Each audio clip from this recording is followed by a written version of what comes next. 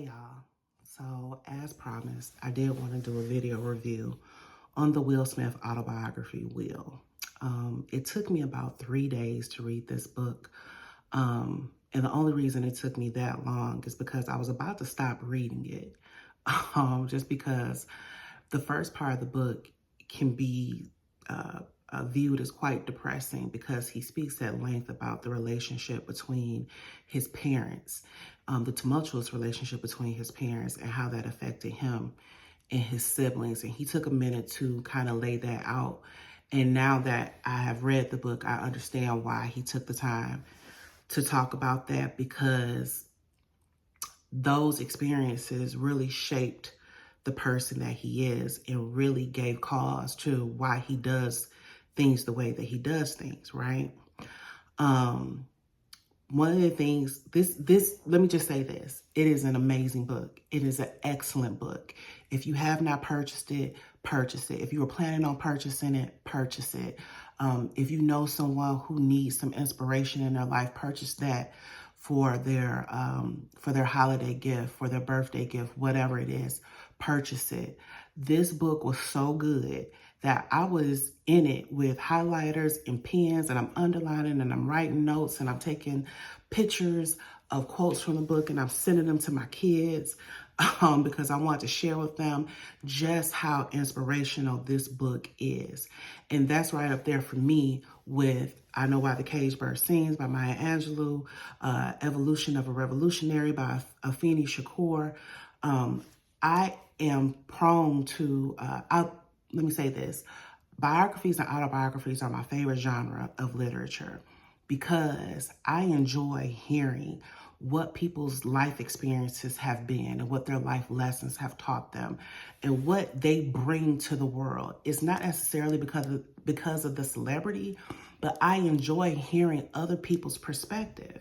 And that's one of the things that I took away from this book, is that if we took time to understand and to listen to someone else's perspective before we immediately offered our opinion or judgment or our thoughts on people's personal lives or their professional lives for that matter, it would so vastly improve how we act with one another, how we interact with one another, and what we contribute to conversations, right?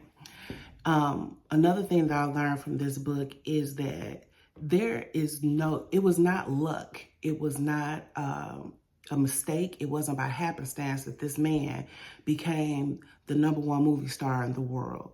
He set a goal of being the #1 movie star in the world. And him, and along with his team, they studied, they analyzed what made the best movies and what made the best movie stars. And from there, you understand his thinking. Everything Will Smith does is methodical. Everything he does is structured. Everything he does is planned. It is done with intention. And he applies a formula. There's like a literal formula that he applies to achieve excellence. And obviously it works, right? The problem with that is that there were no lines between how he did that in his professional life and how he applied that in his personal life. And that is what caused strain between him and his wife. That's what caused strain between him and his kids, and his other family members.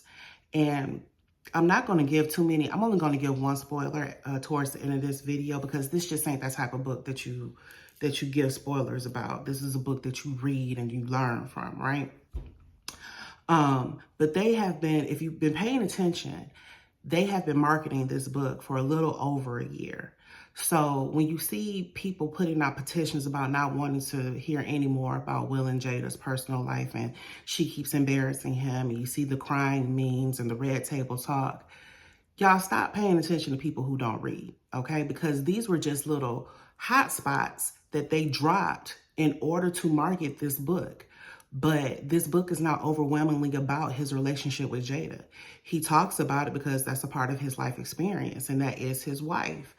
But he doesn't go into depth about anything other than what we already know, what we've already heard.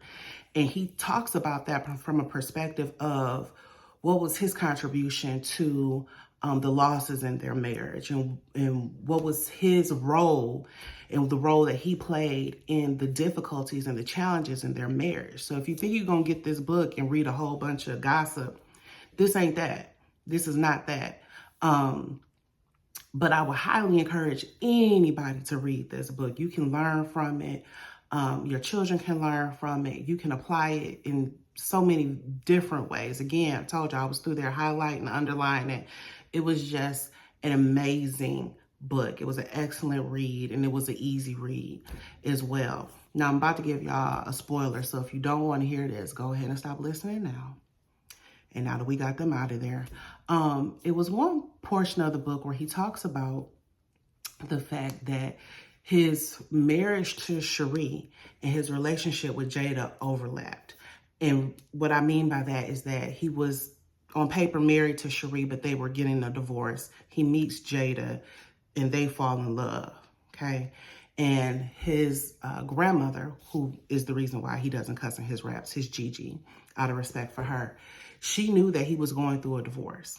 But she had also heard through the wind that he was seeing somebody.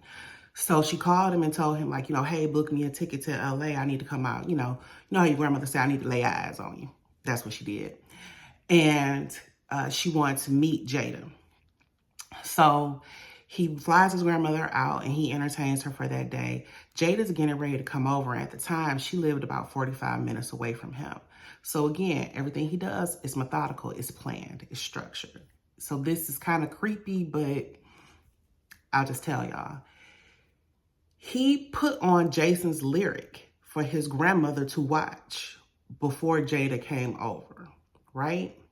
And he timed it so that when Jada walked through the door, the scene will be playing where her and Jason are, y'all know what scene I'm talking about, the grass sandwiches, okay?